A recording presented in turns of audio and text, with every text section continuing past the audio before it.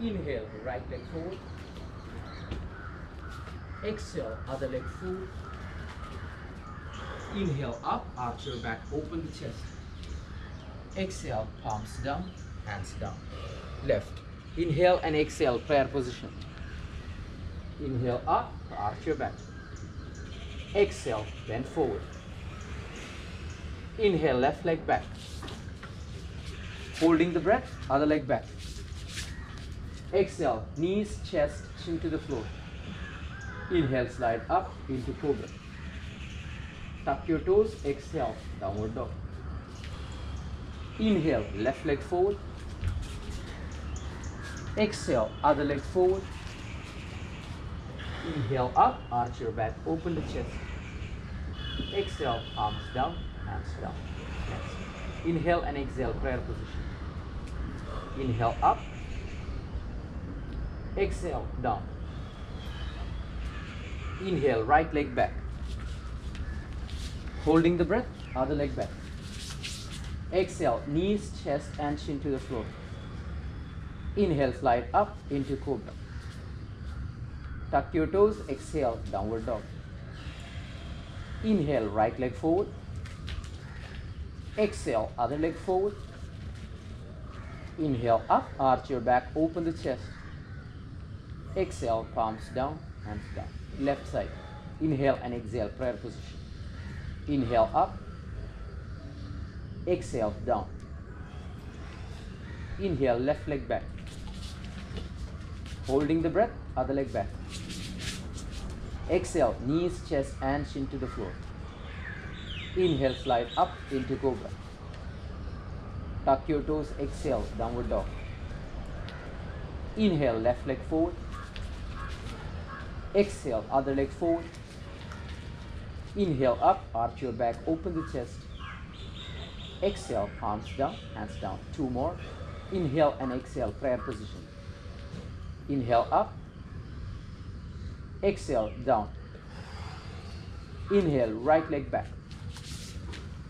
Holding the breath, other leg back. Exhale, knees, chest and chin to the floor. Inhale, slide up into cobra.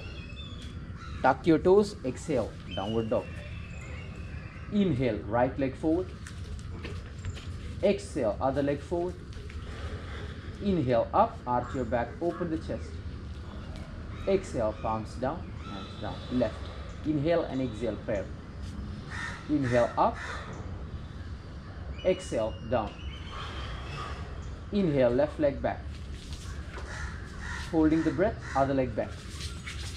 Exhale, knees, chest and chin to the floor. Inhale, slide up into cobra. Tuck your toes, exhale, downward dog. Inhale, left leg forward. Exhale, other leg forward. Inhale up, arch your back, open the chest. Exhale, palms down, hands down. Last round we do with 10-second hold. Inhale and exhale, prayer position. Inhale up, arch your back, open the chest. Exhale, bend forward.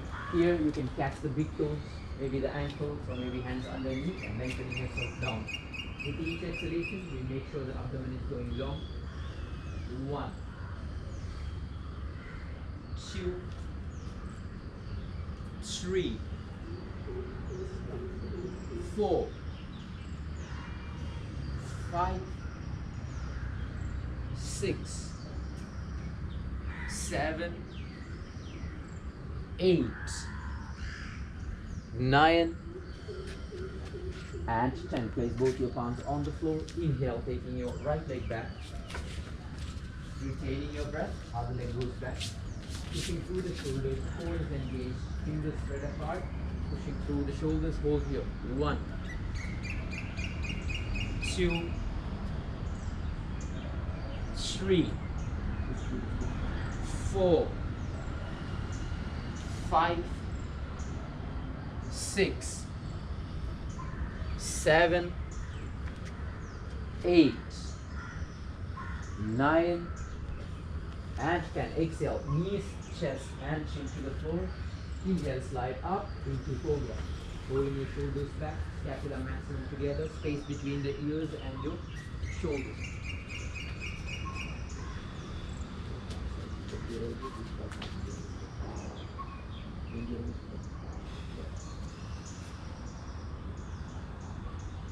Five, four, three, two, and one. Tuck your toes, exhale, downward dog. Pushing through the shoulders, stay here.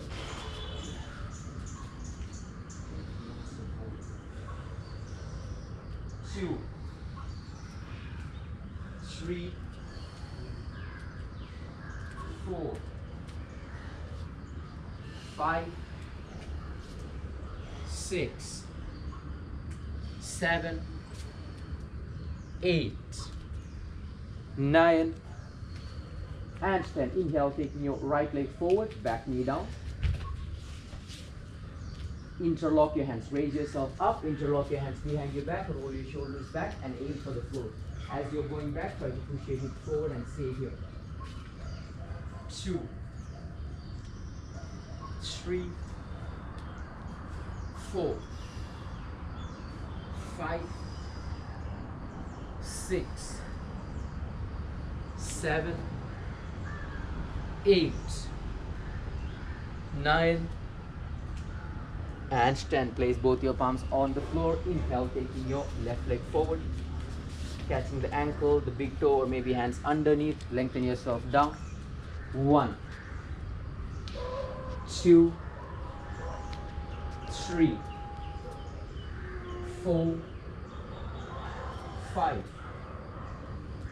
6, 7, 8, 9, and 10. Inhale up, arch your back, open the chest.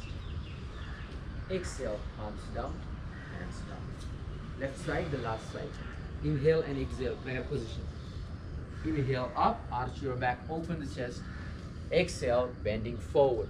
Once again, interlocking the legs, big toe, ankles or hands under. Try to go a little bit more deeper this time. 1, 2, 3, 4, 5, 6, 7, 8, 9, and 10. Place both your palms on the floor. Inhale, taking your left leg back, knee down, holding the breath, other leg back, pushing through the shoulders, scapula moving away from each other, pressing the fingertips into the floor, core engaged. 3, 4, 5, 6, 7, 8, 9, and 10. Exhale, knees, chest, and chin to the floor. Inhale, slide up into forehead. Rolling your shoulders back, space between your ears and your shoulders. Shoulders are rolled back and down. 2, 3, 4, 5, 6, 7, 8, 9, and 10. Tuck your toes, exhale, downward dog. 1, 2, 3, 4, 5, 6, 7, 8, 9, and 10. Inhale, taking your left leg forward, back knee down. Raise yourself up. Interlock the hands behind your back, holding the shoulders back, trying to aim for the floor, pushing the hips forward. 1, 2, 3, 4, 5, 6, 7, 8, 9, and 10. Then put your palms on the floor. Exhale, taking your right leg forward. Interlocking the big toes once again, or maybe the hands underneath, or the ankles. Lengthen yourself down. 1, 2, 3, 4, 5, 6, 7, 8, 9, and 10. Inhale up, arch your back, open the chest. Exhale, palms down, hands down. Keeping your hands apart, feet apart. Observing your breath here. You can do 4 seconds inhale, 4 seconds exhale.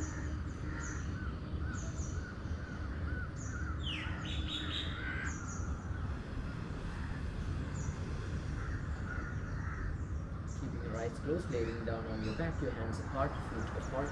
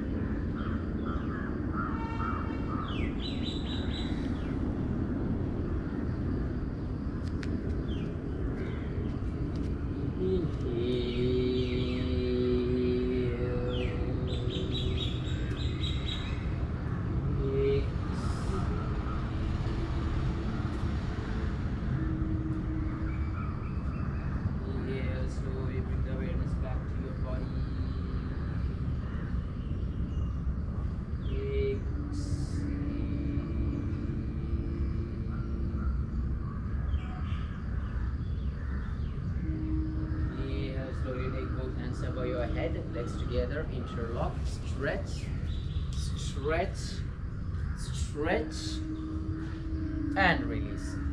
Alright, getting ready for Jatara Parivartan Asana. From here, taking both your hands in line with the shoulders, palms facing down. Keeping your legs together, foot flex. Trying to press your lower back towards the floor. From here, pressing into the palms, inhale, bring both your legs up to the center. Keeping the legs together, knees straight, not more than 90-degree angle. From here, as you exhale, bring the leg towards the right side, 45-degree angle. 7 o'clock on the clock, not more than that, around 7 o'clock, a little bit down.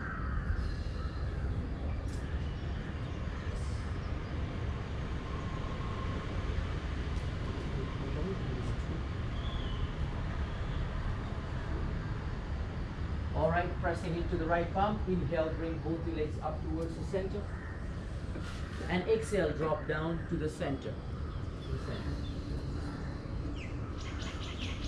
Inhale, bring both your legs up again. As you exhale, drop to the left side, 45-degree angle. Lengthening the oblique hip. Maintain your shoulders on the floor. Pressing into the left palm, inhale, bring both your legs up towards the center, be straight. Exhale, down to the center. This is one round. Inhale, up. Exhale, down to the right side, 45 degrees. Completely down. Inhale, up. Exhale, down to the center. Try to keep your knees straight. Inhale, up. Exhale, down to the left, 45 degrees. Shoulders on the floor. Inhale, up. Exhale, down to the center. Inhale, up. Exhale, down to the right. Inhale, up. Exhale, down to the center. Inhale, up. Exhale, down to the left, 45 degrees. Inhale, up. Exhale, down to the center. One more. Inhale, up. Exhale, down to the right. Straight. Inhale up. Exhale down to the center. Inhale up. Exhale down to the left. Inhale up. And exhale down to the center. Relax.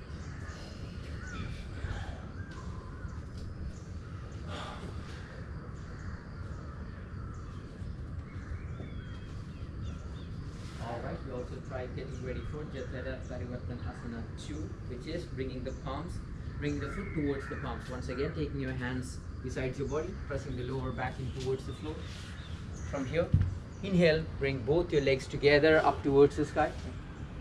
This time as you exhale, drop the leg towards the right side, over the right palm if possible, as high as you can. Make sure shoulder is on the floor.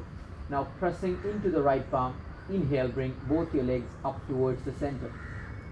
Very good. Exhale, placing it down towards the center. Inhale up. Exhale down towards the left side, over the left palm, controlling. Inhale up. Exhale down towards the center. This is one round. We do two more. Inhale up, coming back to the center. Exhale down towards the right side. Arms down. Pressing into the right palm. Inhale, bring both legs up towards the center. Exhale down towards the center. Inhale up. Exhale down towards the left side, over the left palm. Inhale up. Exhale down to the center. One more, last one. Inhale up. Exhale down towards the right side, over the right palm, as straight as possible. Inhale up, coming back to the center. Exhale down to the center. Left side. Inhale up. Exhale down towards the left side. Inhale up, coming back to the center. And exhale, coming back down. And relax.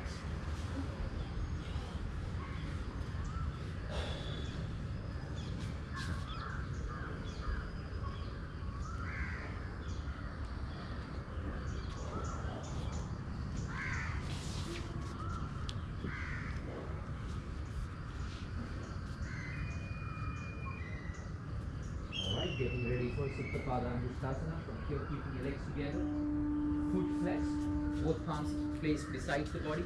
From here, raise your right leg up. Try to catch the big toes or use a belt here. You want to use a belt? Wait, I give you.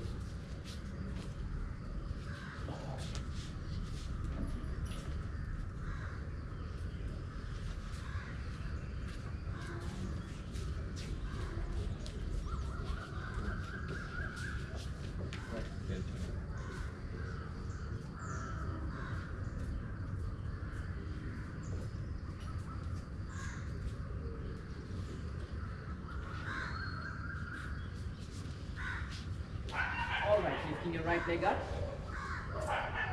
Now you can use your left hand as a guide, or if you feel like the leg is completely straight, then you can take it towards the left side. Flex the foot, rolling the shoulders back. Try to maintain both shoulders on the floor at the same time. If your elbows are bending, what do you mean? You can catch more straight, roll the shoulders back. And hold here, stay, one, straight. First, this is Suptapadangusthasana, one, two, shoulders on the floor, 3, 4,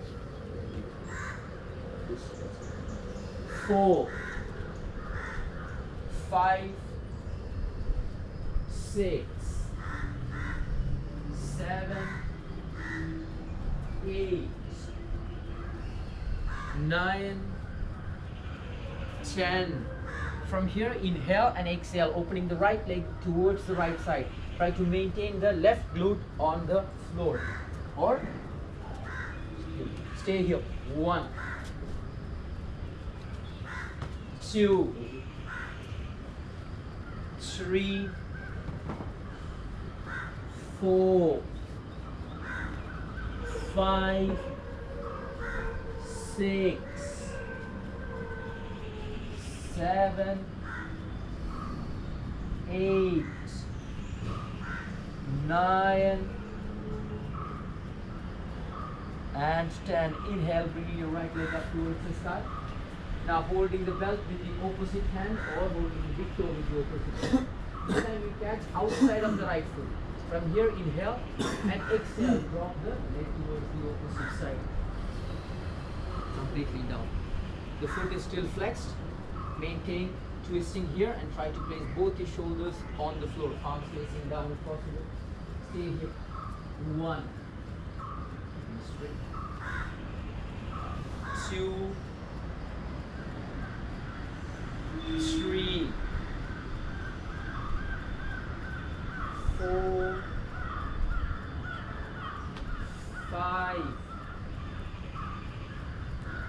6, 7, 8, 9, and 10. Inhale, bring the right leg up towards the sky, releasing the hands, and exhale, placing the right leg down. Getting ready for the other side. Inhale, lifting your left leg up towards the sky. Catch the big toes or the belt. Rolling the shoulders back. 1, 2, 3, 4, 5, 6, 7, 8, 9, and 10. Inhale and exhale, dropping the left leg towards the left side, opening the hips. Stay. 1, 2, 3, 4, 5, 6, 7, 8, 9, and 10. Inhale, bring your left leg up towards the sky. Changing the grip. Either you hold the belt or hold the outside of the left foot with the right hand. From here, as you exhale, drop the leg towards the right side. Left hand in line with the shoulders. 1, 2, 3, 4, 5, 6, 7, 8, 9, and 10. Inhale, bringing your left leg up towards the sky, releasing the bind, and exhale, placing the leg back on the floor. Here, once again, straighten your legs, shake your legs, and relax.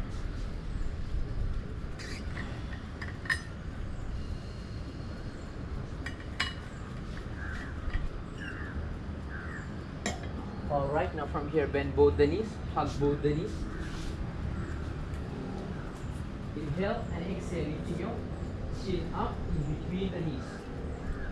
Rounding your back and stay here. 1, 2, 3, 4, 5. From here, roll side to side, complete rolling to the right, to the left, to the right, to the left, to the right, to the left. Now backward and forward, forward, backward, forward, backward, forward, backward. Now roll and sit straight with your legs straight. Good morning, everyone. Please take the chart and see what we had, where we left off.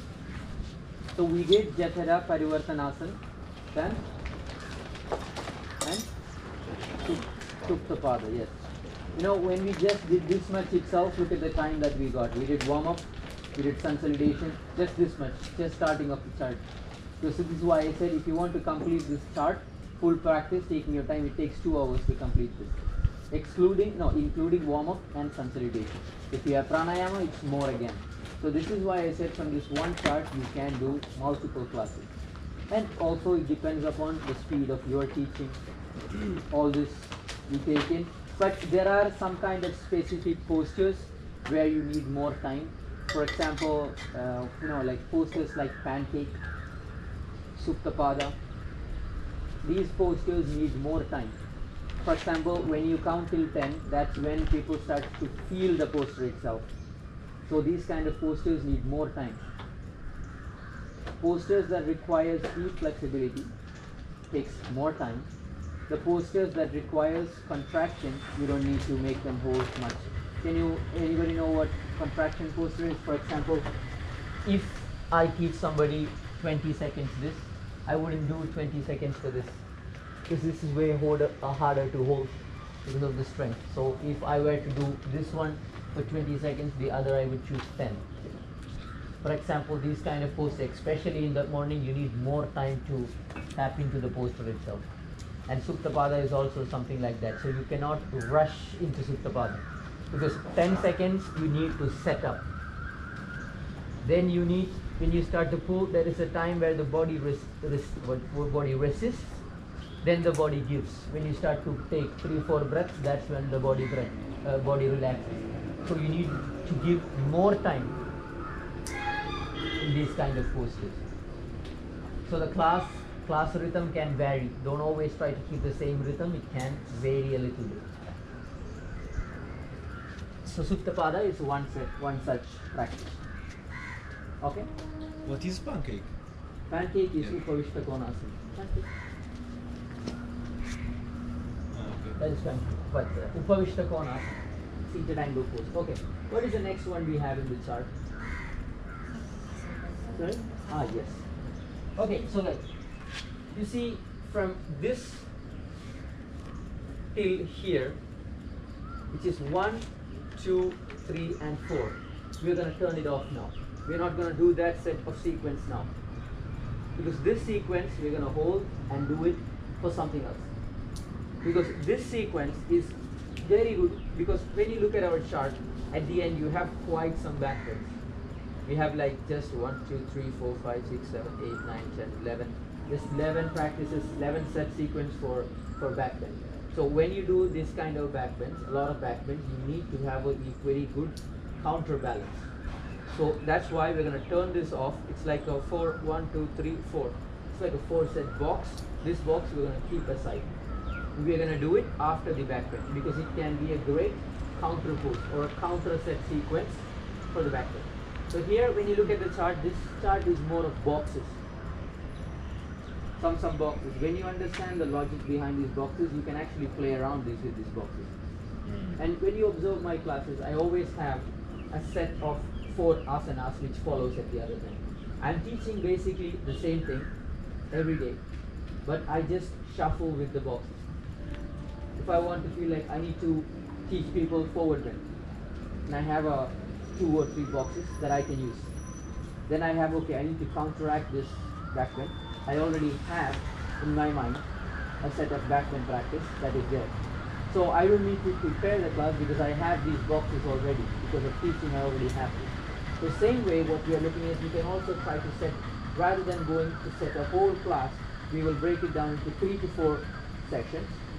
This is going to be my forward bending sequence. This is going to be my side bending sequence. Like that, if you hold, you don't need to, every time you come to this, you don't need to prepare. The classes will start to form according to the people. The same way, this is also like Suptapada. This Jatara is a 1 set sequence for abdominal strength and all. Then you have reclined. As I said, this is a complete sequence, complete set. It has a bunch of movement in this. Would you separate Jatara and Supta as 2 sequences? Yes. Jatara is more of abdomen. As I said, it's, for example, I said if I wanted to teach inversion or headstands, I could always use Jatara in front of it, because it's a great way to teach core control. Then we will do other kind of upper body pushing. That's another story before preparation. But abdominal strength can be prepared for this. Yes, like that. So we are going to turn this off. Sarvangasana, Halasan, and one Sarvangasana, Halasan, Sedubandha, and Malsyasana. 1, 2, 3, 4. Okay. We are going to keep that aside, and we are going to go for the one after that. Which is that? Yes. Anybody know what Eka means? Knee. Snake. Snake? Knee. Eka. You know, if we do Ashtanga, a lot of people, they don't count in Sanskrit. Ashtanga? They count in English. They count in English? Oh, okay. In Ashtanga, if you go anywhere in India, the counting is always in Sanskrit. Eka means one. Ekam, De, Trini. Okay, sorry. One. Ekam means one. Actually, Eka or Ekam means one. Eka, one. What is Pada? Leg. Foot, actually. Ega, Pada, one leg. Now, what is Pavana? Okay, I need to write this. What is Pavana? Anybody know? I would be surprised if you guess it. It's like pull. Huh? Pull. Pavana means the wind.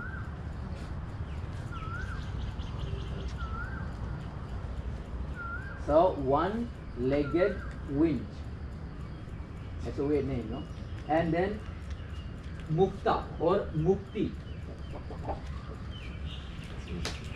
Actually, it's Mukti, but when it comes to the poster, it becomes Mukta.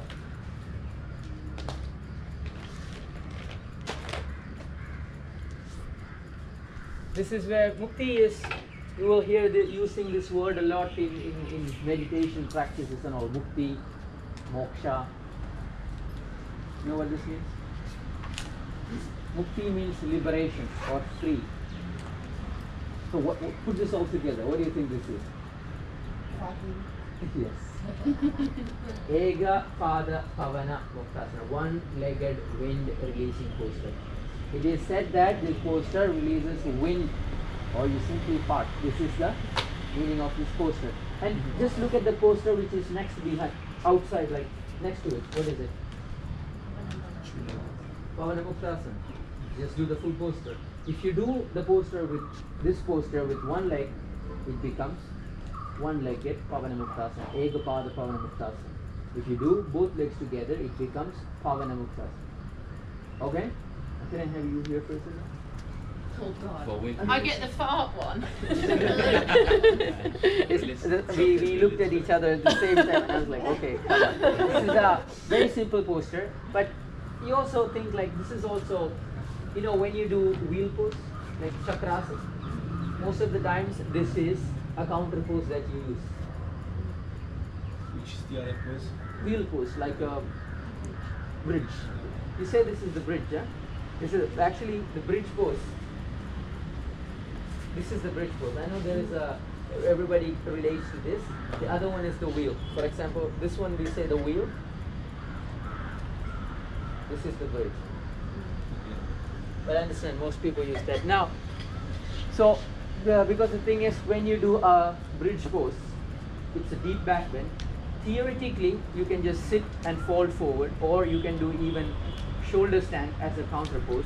But you have to understand, if you're continuously practicing, it makes no difference. But if you're starting, it's one extreme to another extreme. Your body is not prepared. I'm just really in a deep forward bend. For example, yesterday we did deep forward bend. And when I ask you to come up and go back, you see the pain that you feel. The body is not used to that. So, in between one extreme and the other extreme, you need a neutral position, which brings the body back to neutral, which is this. So, Pavana Muktasana can be used for after you do reclined back bends. Pavana Muktasana can be a great counter pose. So are you saying that if you teach a class and you do a very deep, let's say very deep forward, and then you have to do with a very deep backward, or like a less deep backward? A less deep backward. I say, as I'm saying, if you're completely practicing every day and you're like really into the practice, it makes no difference. But you can't expect that from everybody. You know, so not one extreme to another extreme. You need to have something that brings neutrality to the other. That can be this. Okay, now it's a very simple posture, but I also show you another way as to release the wind. I show you. Okay, now keeping the legs straight. Now it's simple, taking both your hands down. Only thing when you do Ekapada you have to remember is your right leg stays on the right part of the abdomen, your left leg stays on the left part of the abdomen. You're going to lift the right leg up. Now, yeah, you're going to lift the right leg up. Now here, the thing is, when you want to do this posture, it has to do more with the breath and how you use the breath. Okay, this is what makes that downward force. Now from here, inhale. I'm going to show you here. Now it's simple, from here, flexing the foot, keeping the foot flexed, from here catching the shin of here. Now normally people use this foot, both foot are flexed, normally teaching, but I also say you can point this. I feel like you can press and control more when you point, but this or this is completely fine. Only thing I'm looking, the thigh stays on the right side of the navel. From here, inhale. Now look at, as I exhale, I press my leg into my abdomen. Inhale, and so as I exhale, I'm making that downward force and also using an external pressure for the abdomen. This is what we say, why this is also the reason why we call Pavana-Muktasana, because there's two forces, which is the exhalation force, which is also the thighs pressing into the abdomen. So inhale and exhale. And when you lift the head up, you don't need to try to bring your chin to the knee. You see the cheek, because you don't need to turn your body. The right side of the cheeks comes in here. That means you don't need to turn the body anywhere. It's here. For example, if I were to stand and I go down, not this, this. Maybe you touch the cheek, maybe you don't, no problem here. And as I said, normally if you look for the old books and all, this is how they teach, both the legs are flexed, but there is this little bit more down is better. Here, down. Now if you can hold a little bit more down, no problem, but I think center can really help to push more. For inhale and exhale. Okay, now when you start to inhale, you don't keep this force, you let go of this force a little bit, then you give space for the belly to inhale. Let the belly come up, the head stays up, then on the next exhalation you pull again. So it's, you have to give space, force, space, force. If you just hold on to that, there is no space for the abdomen to pump down. So this is why you have inhale. It's just a slight movement, it's not me doing, it's inhale, some space, inhale. You feel that when you start to breathe, you feel like the abdomen is starting to press into the thighs. That's your body telling you, I need space for the abdomen to bloat out. You know, just try the other side. You know, you did yogic breath. Yes, in the yogic breath, the abdomen starts to come up, right? So this is the same idea that you're using when you inhale. When you exhale, this is how you can use that. Now when you're doing both the legs, can you bend both the legs? Now I see most of the people hug. I think it's more comfortable for people to hug, but in the posture, when I do it, I don't feel that pressure while doing this, but I think most people like to do hugging. I see, even if I say do this, most people go for hugging. I think that's more comfortable for people, maybe to lock yourself or anything, but this is how we do the posture. But I think it makes no difference, because our goal here is to make downward force. What difference can it be if you take like this or take like this? Okay, now from here, keeping the toes flexed. If you want to point, no problem. Our complete attention is here. From here, inhale. As you exhale, pull the abdomen in towards the thighs. Let the center part of the face be in front of the knees. Now from here, inhale. Don't let the head go. Exhale. Inhale, slight space. Exhale. Now if I want to add on top of this as an assist, simple, I come, inhale. When she inhales, I give space. As she exhales, I press down. Inhale, exhale. Now if I were to use the same thing as a counter pose for wheel pose, I would forget about the breath. It's not Pavana-Muktasana, I'm using it for a counter pose. So inhale, she exhales, I can hold her here. Now it becomes if you hold here, it becomes a big decompression on the lower back. You stay here. So the practice looks the same, but the approach that you take is different. If you are introducing it as a Pavanamuktasana, you have to follow with the breath. But if you are introducing it as a counter pose for back bends, the breath doesn't matter. Okay? But it's the same when you're doing it. It's like a child pose in reverse. Okay? This is Pavanamuktasana. Now I also show you another technique. Now this is same thing but a little bit more effective. Now do you know what heat pads are? Heat pads are either you can just take a cloth, because one of the reasons it's good posture, but you just need to do it for a lot of time to feel release. For example, if you have bloating and all, it can be very good to do, but there's a problem. You need your core to relax, and one of the best way to relax your muscle is heat. It means like warm. So if you can add some kind of as I said, heat pad on your belly, your muscle tension relaxes way faster than lengthening along. Okay, so I'll just show you something. Just imagine that you need some kind of height here, just a little bit of height. You're going to place it over here. Look at the lower part of the rib cage. My lower part of the rib cage is not going to touch.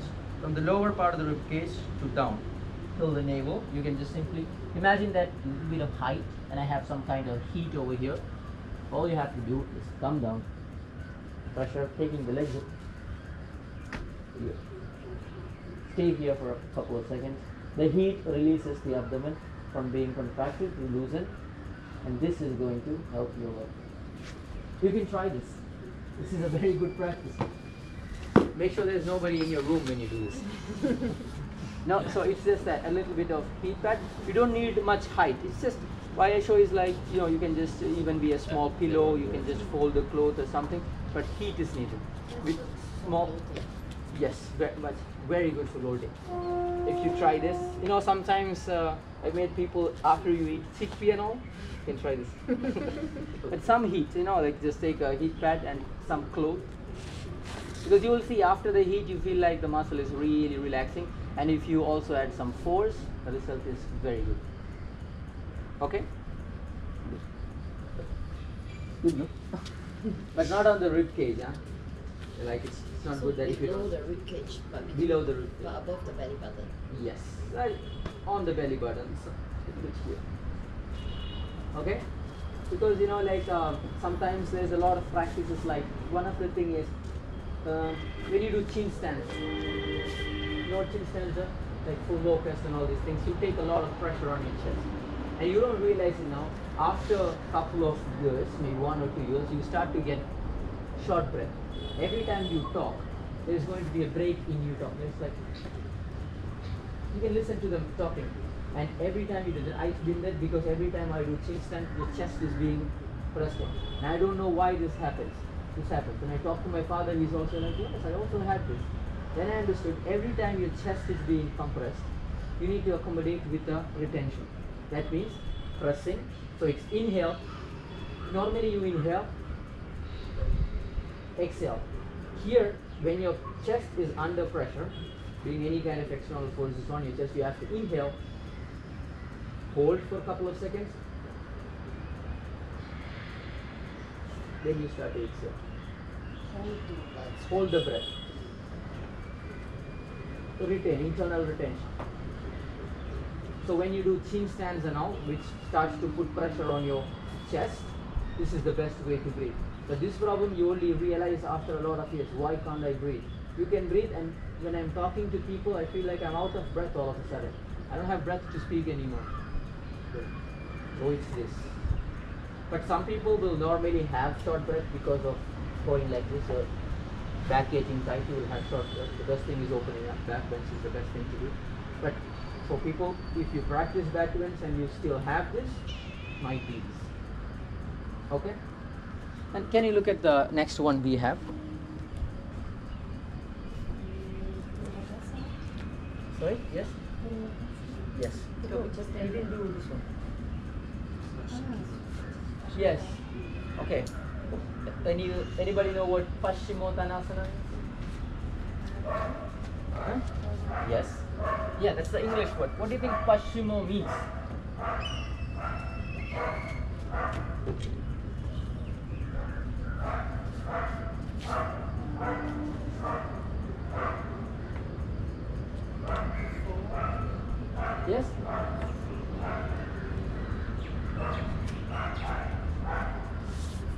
Forward, it looks like that. Paschimo means the West. Paschimo means the west. And Uttan means Like a Japanese. Hashimo. Uttan means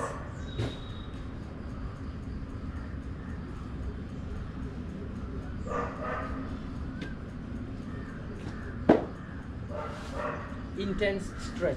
So intense stretch on the west side of the body, which is the west side, which is in yogic terms, back side of the body is considered as the west side of the body.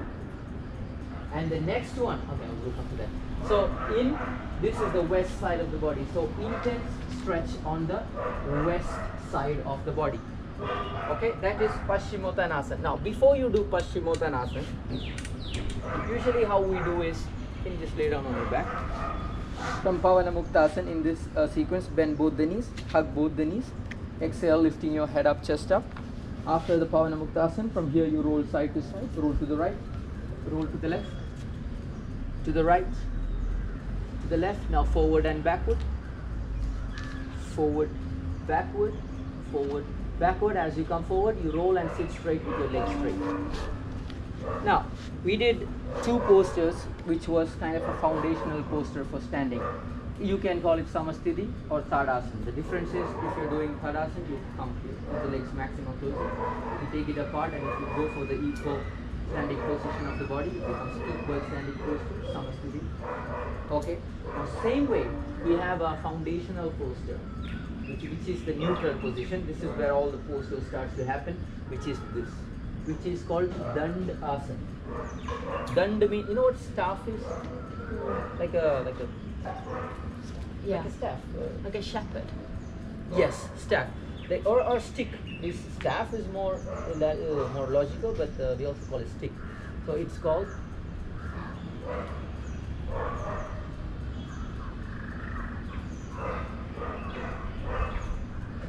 Dand Asana. Dand means stick pose. Now, the good thing about this posture is, if you see, one of the reasons we put these people in this position is, you know, have you seen some teachers ask you, okay, bend your, they come and ask you, okay, bend your knee in your forward fold.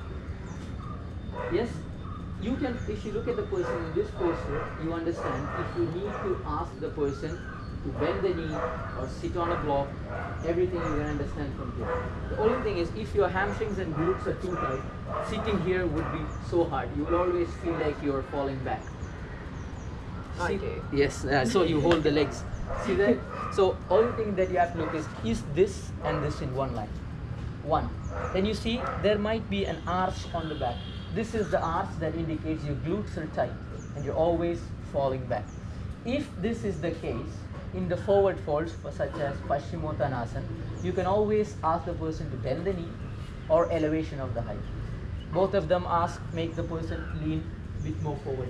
Because in these kind of postures, you always try to find a back bend in a forward bend.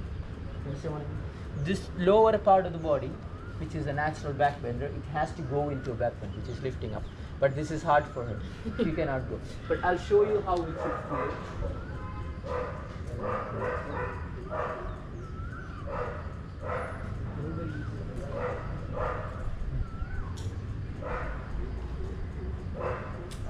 You said around neck means weak glutes. Yes, tight glutes. High glutes.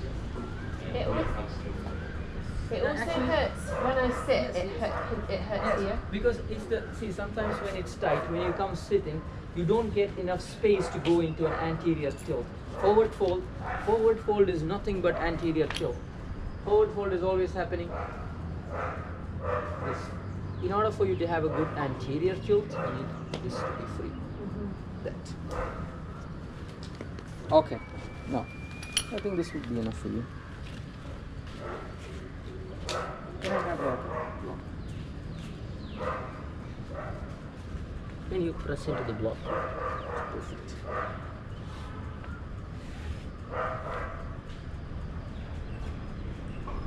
I'll show you the feeling that you should get when you're sitting this posture.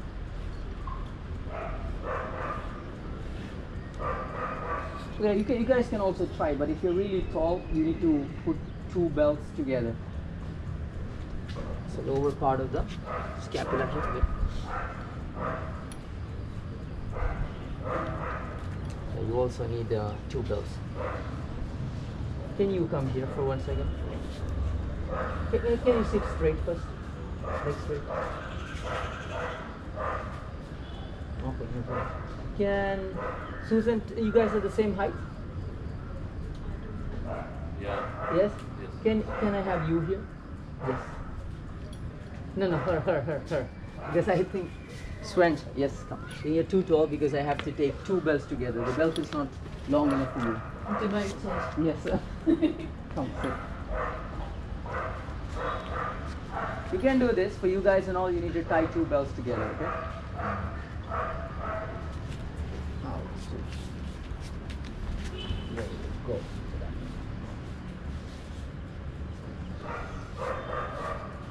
Flex the foot. Can you bend the knee slightly? Bend both your knees slightly. I want you to bring the belts on top of your foot here. Okay? Right. Perfect. Can I move this a little bit more up?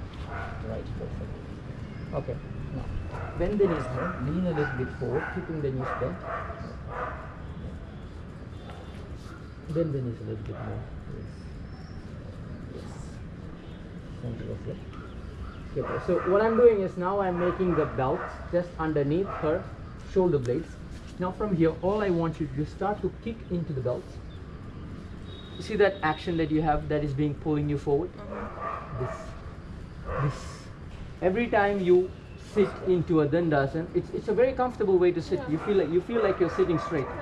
From here, bend the knee slightly, put the belt, you start to kick forward. What happens is there is this force that feels like, you see the lower part of the rib cage, it starts to expand. Why? Because when you start to tap into a back bend, this becomes elevated. So this is why I said, when you're doing a sitting position or a sitting forward bend, you are looking for a back bend. You're going forward, but if you look for a back bend, your abdomen is really long. Then from here, this is her best seated position. This is the position that she can start to apply forward bends in. Her forward bends would be great. So this. So next time when you're sitting in a class, in a philosophy class or however, just try this. Just sit like this. And it's a very comfortable position to sit, but it's only uncomfortable when there is no leverage pulling you forward. When there is leverage pulling you forward, it's more like you reclining. You can just sit there. Okay, so this is not necessarily needed. This is for me. Sometimes when you do this posture, you start to give an external rotation. So when you start to press into the block, you don't do that anymore. Now from this position, you can move this. Can I bend the knees a little bit more? I just can take it down. Yes. Right. Take it. Now, flexing the foot. You see that action that you got? See if that action disappears when you start to take the legs more and more forward. Yes. So there is a moment where you can bend the knee. If your back is becoming rounded, there is a fine moment when you can actually tap into that with the knees bent. Yes. Now maybe you can control more better. Yeah, Yes. you gotta feel it. Yes. Now you take the hands to the sides. Sit straight. Imagine that I'm pulling you with the rope tied to your belly and I'm pulling you here. What happens? You lift the chest up. Slightly retract your scapula and stay here. Now, if you have long hands, if you press like this gap will be less. So if you have long hands, my hand is there, but it's not pressing into the floor. It's more like a guide. Then I sit here and I look forward. Follow? So you have to have that action which is always helping you go forward.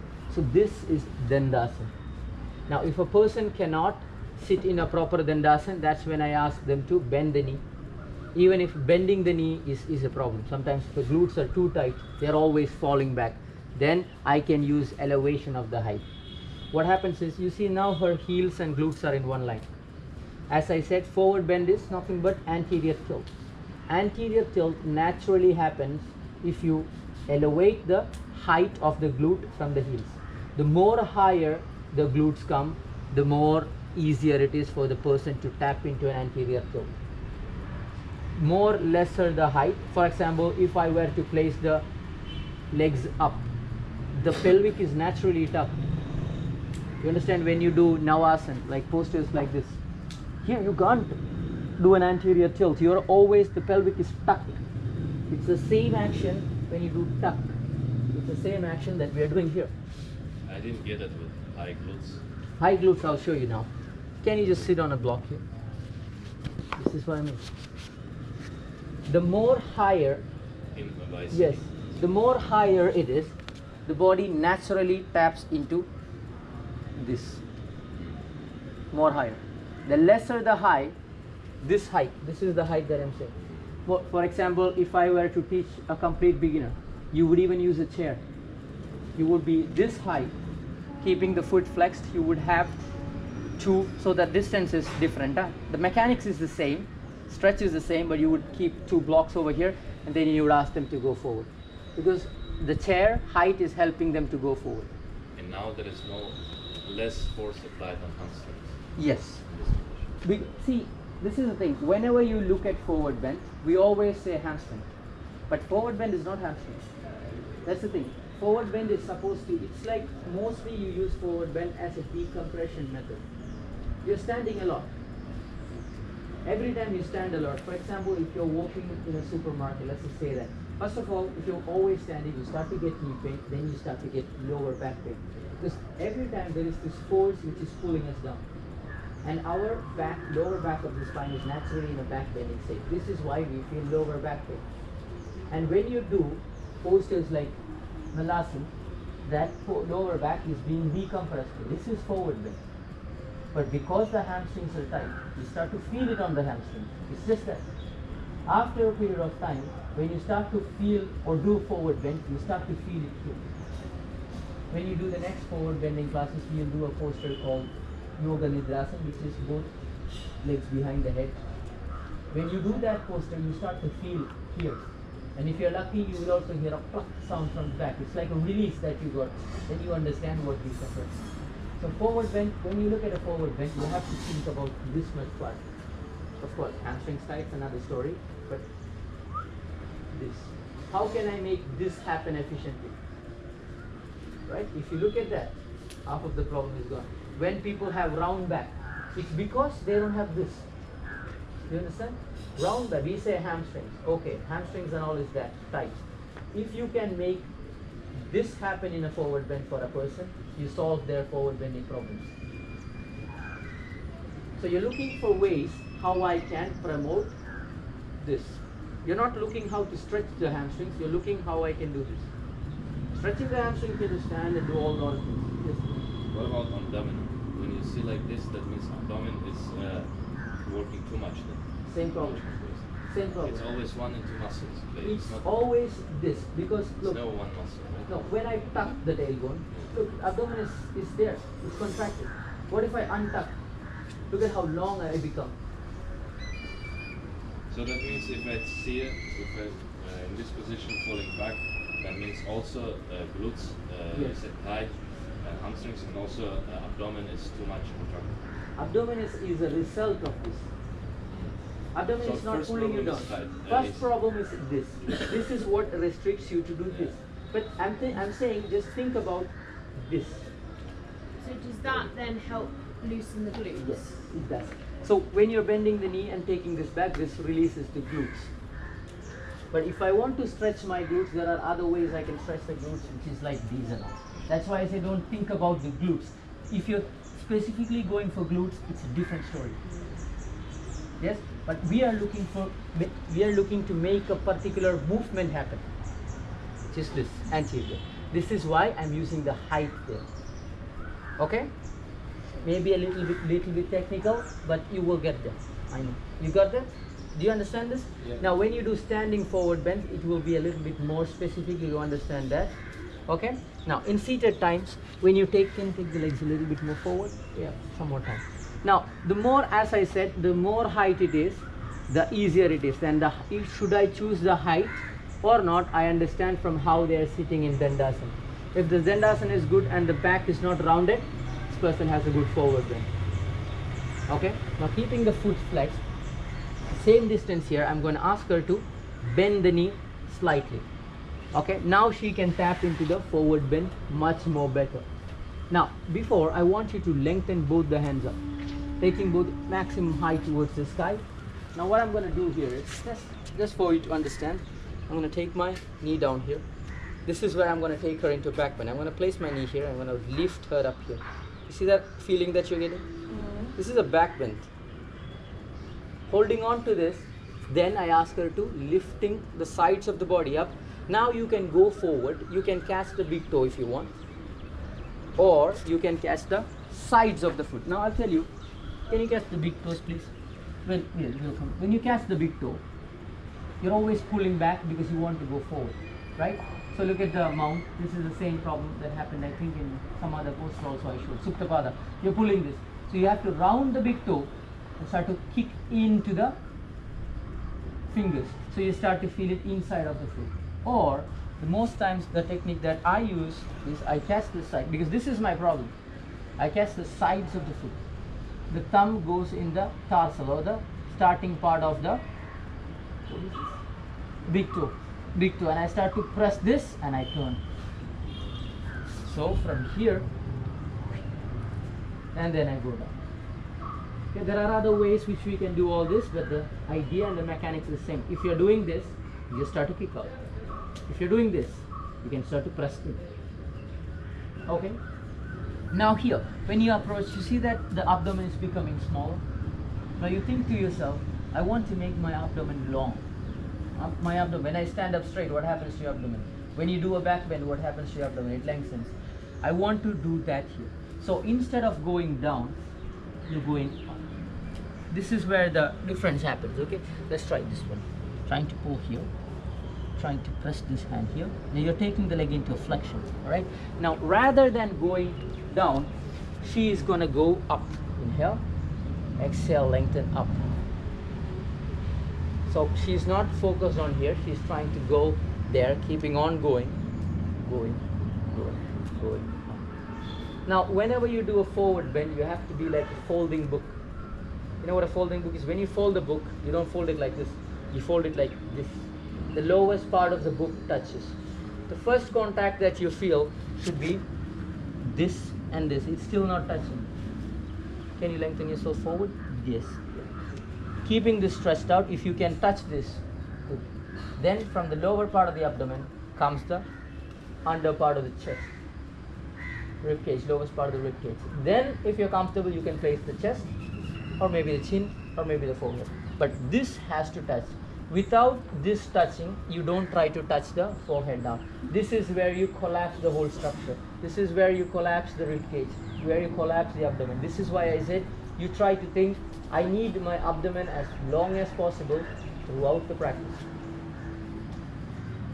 Maximum long. Then, whenever I practice, I don't try to touch my chest or chin down, because I always want this action which is to go forward. So, this is how I'm doing it. Always here. I really don't care about this. I'm always this. Always go there.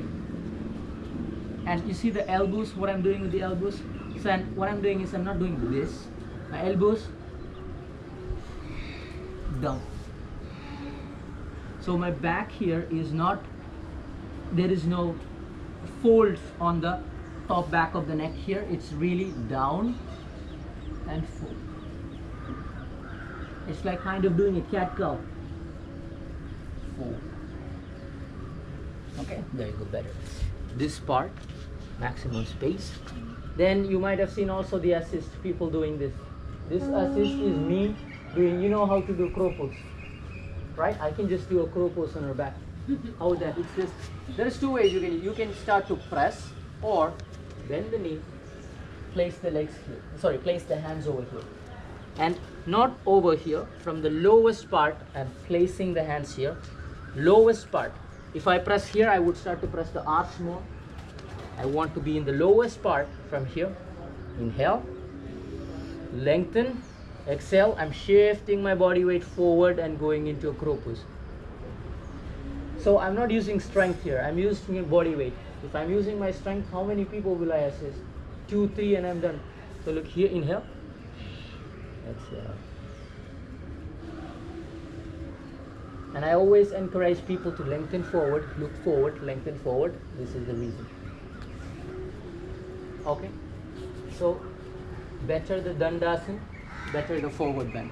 If the Dandasana, if the person is always falling in Dandasana, if this and this is, one second, if the person is like this in Dandasana, you need to elevate the height. Or you need to bend the knee. Maybe you don't need to elevate the height, you can also bend the knee. It depends upon how the person is. Sometimes if they cannot sit straight at all, they're always feeling back, that's when we combine both. We combine elevation of the height, bending of the knee. Yes? Otherwise, if the person is okay, somewhat straight, then I only go for the knees bent. Then you can do the same thing. But when you practice forward bend, even if you're good, some elevation of the height can be really helping you to really tap into forward bend or stretch the glutes. It really helps, little bit of height. Okay? Questions?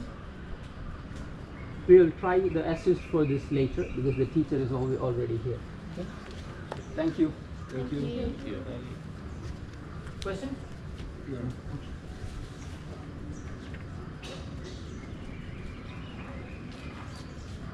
And what is the name of the poster sitting with the legs straight? Dandasana. Or is it Dandasana or Dandasana? Dandasana. I didn't understand the difference. What you said. Is there I think when you wrote it there was not an A at the end. Is that There is Danda or Dandasana. D-H-A-N-D. So for example, if I'm saying Dand or if I'm just saying staff, only staff, not asana, Danda. Danda. But if I'm saying Dand asana, it becomes if I have two words, it is Dand asana. If I'm only saying the staff, Danda. yeah. On the but it didn't say asana, it said asan. Ah, okay. Is that's It's sometimes when we say asan or asana, it's the but same it's thing. interchangeable. No. Yeah. It's the same thing. Yeah. Depends upon how you use it. Some people use it asana always. Yeah. But in Kerala, it's not both of these. It's asana. Asan. Oh, okay. Asana. Yoga asana. So it's variation of the Yoga. Yeah. It's a variation of this line. Yoga asana. Yoga asana.